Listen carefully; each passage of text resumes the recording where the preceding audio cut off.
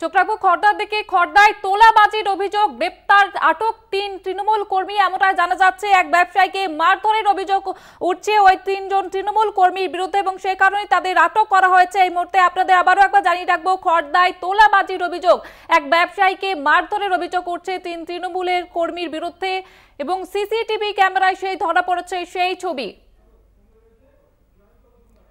আর বিষয়ে বিস্তারিত জানবো, টেলিফোন লাইনে রয়েছে আমাদের প্রতিনিধি জয়ন্ত মজুমদার। জয়ন্ত, কি জানা যাচ্ছে, কি অভিযোগ করছে ঠিক? হ্যাঁ দেখো, যেটা তোমাকে জানিয়ে রাখি যে গতকাল কিন্তু সন্ধ্যেবেলা নাগাদ ৩ দল দুষ্কৃতী আসে এবং যে খড়দা কল্যাণনগর অঞ্চলে যে দোকান গ্রসিন যে দোকানের নাম, সেই দোকানে কিন্তু মুদিখানার সমস্ত দোকান বিক্রয় করতেন ওই বিক্রেতা, এবং সেই দোকানে ৩ জন দুষ্কৃতী হঠাৎই চড়াও হয় এবং দুষ্কৃতীদের দাবি ছিল যে তাদের ৫,০০০ টাকা নাকি দিতে হবে, এমনটাই কিন্তু অভিযোগ করছেন দোকানদার।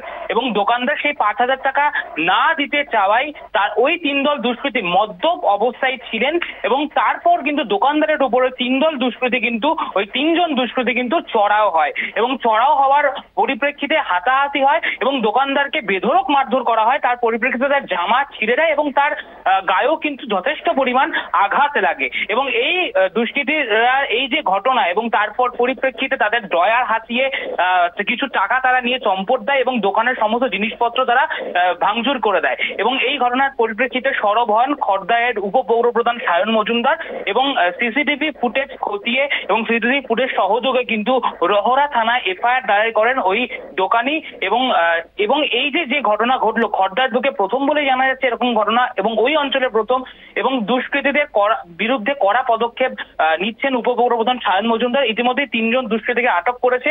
তোমাকে নামগুলো একটু জানিয়ে রাখি, ডাম্পার ওরফে সায়ন মজুমদার, পিকু মন্ডল এবং সন্তু, এই ৩ জন দুষ্কৃতীর নাম উঠে আসছে যারা সূত্র মারফত খবর যারা তৃণমূল কংগ্রেস কর্মী বলে জানা যাচ্ছে এবং রহরা থানার পুলিশ গ্রেপ্তার করে এই ৩ জন দুষ্কৃতীদের এবং তাদের বিরুদ্ধে কড়া পদক্ষেপ নেয় যে কি কারণে তারা এই রকম দুষ্কৃতিমূলক ঘটনা ঘটালো ভর সন্ধ্যেতে। একদমই জয়ন্ত, আরো একটা বিষয় যেটা জানতে চাইবো, যে ব্যবসায়ীকে মারধর করা হয়েছে বলে অভিযোগ উঠছে, সেই ব্যবসায়ী এখন কেমন রয়েছেন?